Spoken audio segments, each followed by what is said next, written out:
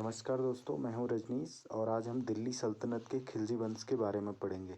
तो खिलजी वंश की स्थापना 1290 में जलालुद्दीन खिलजी ने की थी और जलालुद्दीन खिलजी के शासनकाल में अलाउद्दीन खिलजी नायब था और अलाउद्दीन खिलजी जो जलालुद्दीन खिलजी का भतीजा था। जलालुद्दीन खिलजी की हत्या करने के बाद 1296 में अलाउद्दीन खिलजी दिल्ली का सुल्तान बना।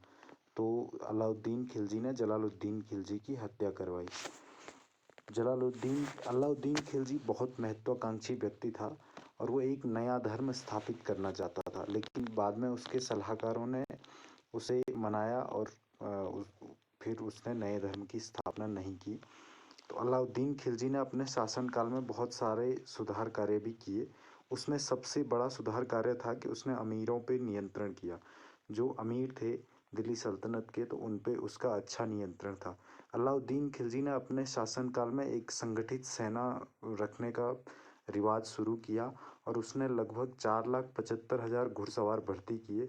उसने सैनिकों का हुलिया बांधा, जो सैनिकों का हुलिया होता था वो तैयार किया और परमानेंट सिपाही रखे और सिपाहियों को तनख्वाह के रूप में पैसे देने की प्रणाली भी शुरू करी। अलाउद्दीन खिलजी के शासनकाल में बाजार बहुत नियंत्रित था।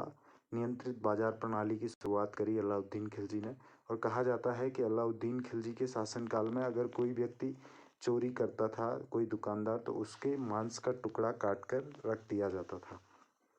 अलाउद्दीन खिलजी ने भू राजस्व का, जो भूमि की उपज थी उसके 50% राजस्व वसूल किया और बिचौलियों को बीच से हटा दिया।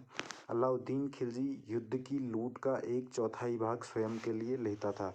जो युद्ध में सैनिक किसी राजा पे हमला कर दिया और वहाँ जीतने के बाद जो वहाँ लूट होती थी, तो उस लूट का 1/4 भाग अलाउद्दीन खिलजी खुद के लिए ले लेता था और इस लूट को इक्ता कहा जाता था। 1299 में अलाउद्दीन खिलजी ने गुजरात पे आक्रमण किया और गुजरात को जीत लिया।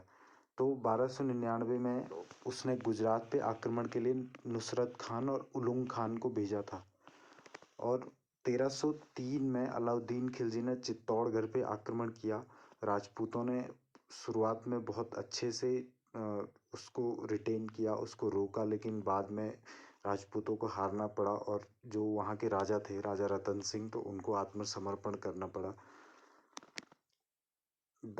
जो अलाउद्दीन खिलजी का सबसे बड़ा वो माना जाता है कि उसने दक्षिण भारत के इलाके पे भी अपना नियंत्रण रखा। तो दक्षिण भारत विजय के लिए उसने अपना एक गुलाम भेजा जिसका नाम मलिक काफूर था और मलिक काफूर ने दक्षिण भारत में वारंगल के काकतीय, द्वार समुद्र के होयसल और मदुरै के पांड्यों को हरा दिया और अपने अधीन कर दिया।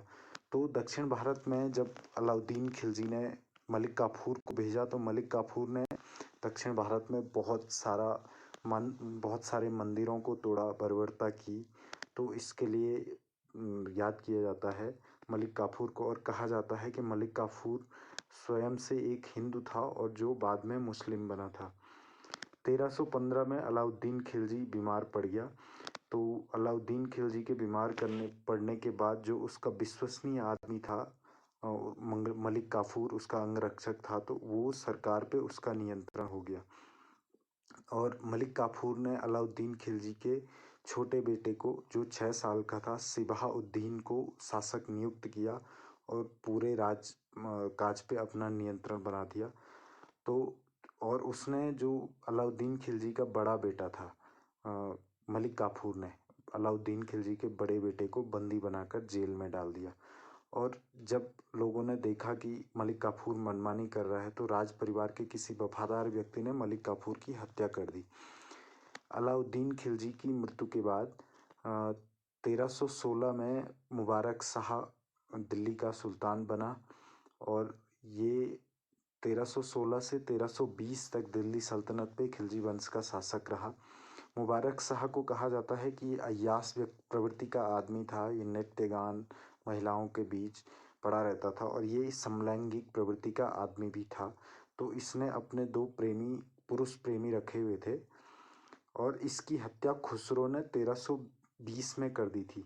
तो मुबारक शाह की हत्या 1320 में खुसरो ने की थी और उसके बाद खुसरो राजा बना। तो खुसरो कुछ महीने के लिए ही राजा बना। जुलाई के महीने खुसरो राजा बना और सितंबर के महीने में खुसरो की हत्या गयासुद्दीन तुगलक ने की और इस तरह से गयासुद्दीन तुगलक ने दिल्ली सल्तनत पे तुगलक वंश की नींव रखी। तो दोस्तों अगले वीडियो में हम तुगलक वंश के बारे में पढ़ेंगे। दोस्तों चैनल को सब्सक्राइब करने के लिए सीए ऑनलाइन क्लासेस पे जाएं, सब्सक्राइब करें और बेल आइकन को दबाना ना भूलें। अगर आप बेल आइकन को नहीं दबाओगे तो आपको अपडेट्स नहीं मिलेंगे, तो बेल आइकन को ज़रूर दबाइए। और ये आपका सीए ऑनलाइन क्लासेस है।